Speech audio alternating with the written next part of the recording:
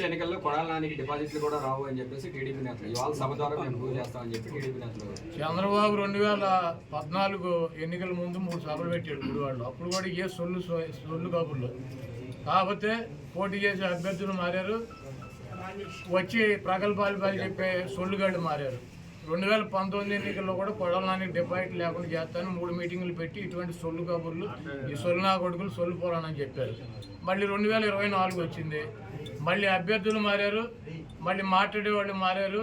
ఈ గుంట నక్క మాత్రం వీడు ఇంటాగా ఉన్నాడు. ఇప్పుడు 2 మీటింగులు అయినాయి, ఇది 3వ మీటింగ్ పెడతాడు. ఎన్నికల్లోపు నా ఊడిపోయిన ఇంటర్ కూడా పెరగలేదు. ఉమ్మడి కృష్ణా జిల్లాలో వైసీపీ ఖాళీ అయిపోతుందని కూడా చెప్తున్నారు సార్. మొత్తం జాయినింగ్స్ వరుసగా ఉన్నాయి, ఎక్కడ పెట్టుకోవాలో కూడా మాకు తెలియట్లేదు, ఎక్కడ సర్దాలో కూడా. ఎక్కడో ఒకటి పెట్టుకోమండి.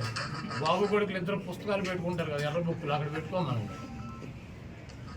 బాబు కొడుకులు ఎర్ర బుక్కునే చించి తోసుకోమని చెప్పి కదా, ఎర్రను కూడా ఎక్కడో చోట తోసుకోమని చెప్పారు. జన సమీకరణ రాకుండా పోలీసులు అడ్డుకుంటున్నారు అని చెప్తున్నారు. అసలు చంద్రబాబు గుడివాళ్ళు ఎవడొస్తాడు? కాదు, చంద్రబాబు గుడివాళ్ళు పట్టించుకున్నాడు దొంగ 420 గాడు అని తెలియదు. మా గుడివాళ్ళలో మాకు ఎన్టీ రామారావుని అంత మహోన్నతుడిని పార్టీ నుంచి తొలగించి ముఖ్యమంత్రి పదవి కొట్టేసి మా ప్రాంతం వాడిని సంకనాకి ఇచ్చేసినటువంటి వెదవీడు అని తెలియదు. వీడికి ఎవడొస్తాడు? చంద్రబాబు నాయుడికి జనం వస్తారా? అంటే 1,00,000 మందితో సభ పెడుతున్నామని టీడీపీ నాయకులు చెప్తున్నారు కదా సార్. మొన్న 2 లక్షలు అన్నారు, ఇప్పుడు 1,00,000కి వచ్చారా? అది మొన్న వాళ్ళే పార్టీ మీటింగ్ పెట్టి 2 లక్షల మంది జనం అన్నారు, ఇప్పుడు 1,00,000కి వచ్చారా? అక్కడ తీసుకున్న ల్యాండ్ ఎంత చూసారా మీరు?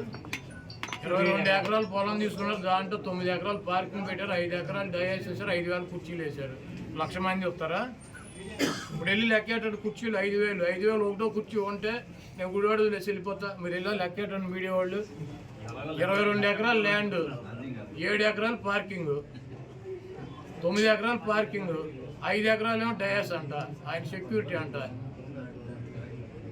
వేసి 5,000 కుర్చీలు వేసి 1,00,000 మంది వస్తారు. 5,000 కుర్చీలు 1,00,000 మంది కూర్చుంటారు. అంటే ఒక్కొక్క కుర్చీలో 10 మందిని కూర్చోబెడతారు. ఏంటి ఇవన్నీ సొల్లు కాబులు. 5,000 మందికి వాళ్ళు ఏర్పాట్లు చేశారు. చంద్రబాబు మాట్లాడేటప్పుడు 3,000 మంది ఉంటారు.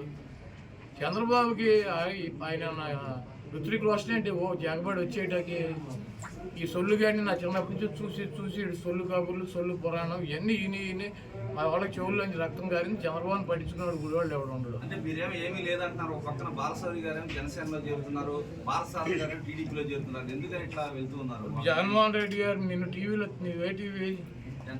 10 టీవీ. నిన్ను తీసేస్తే నువ్వు ఎక్కడ చేస్తావు? ఏదో ఛానల్ చేరవా? ఇంటికాడ కూర్చుంటావా? పార్థసారథి గారి దగ్గర కలిసాలు ఎందుకు వెళ్ళారు సార్? ఆయన వేరే చోటుకి వెళ్ళమని వెళ్ళారు, ఆయన చెబుతున్నాడు కదా. కాదు సార్, పార్థసారథి గారి దగ్గరికి ఎవరు వెళ్ళారు? వైసీపీ లీడర్లు పార్టీ వీడి వెళ్ళొద్దని చెప్పి. ఎవరు వెళ్ళింది? ఎవరు? రెడ్డి గారు. నేను కూడా వెళ్ళా. ఎందుకన్నా మనందరం కలిసి ఉన్నాం కదా, కలిసి ప్రయాణం చేద్దామని చెప్పి. తీసేశారన్నారు కదా. అవునే, ఆయన తీసేసాడు, మేము ఉన్నామని అడుగుతాం. పీకేసేది మేము కాదు కదా. కలిసి ఉన్నాము అన్ని చోట్ల, ఇప్పుడు దాకా కలిసి ఉన్నాం కదా, కలిసి ఉన్నాం, తొందరపడమా కానీ చోటకి వెళ్తాం. మరి ఎవరు వెళ్తారు?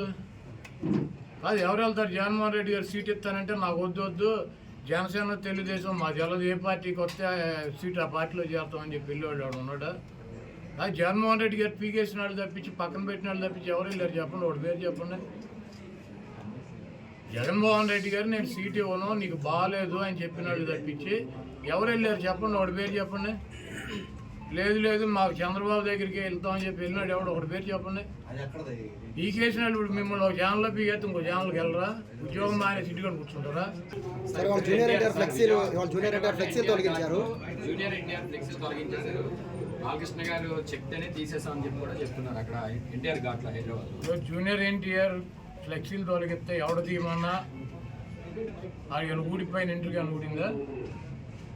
వాళ్ళ నీచమైన బుద్ధి. ఎన్టీ రామారావు పేరు చెప్పి భజన చేసుకునేటువంటి కుటుంబ సభ్యులు ఎన్టీ రామారావుని, పెద్ద ఎన్టీఆర్ని ఏమో చంద్రబాబు కోసం దించారు. జూనియర్ ఎన్టీఆర్ని ఏమో సిగ్గు లేకుండా బాలకృష్ణ మళ్ళీ అల్లుడి కోసం, ఈ లోకేష్ పప్పుగడ్డి కోసం సర్వనాశనం చేసేటువంటి కార్యక్రమం పెట్టుకున్నారు. ఇటువంటి బాలకృష్ణలో, ఇటువంటి చంద్రబాబు నాయుడు 1000 మంది వచ్చినా కూడా జూనియర్ ఎన్టీఆర్ ఊడిపోయినటువంటి ఇంటర్ కూడా బేకలేదు.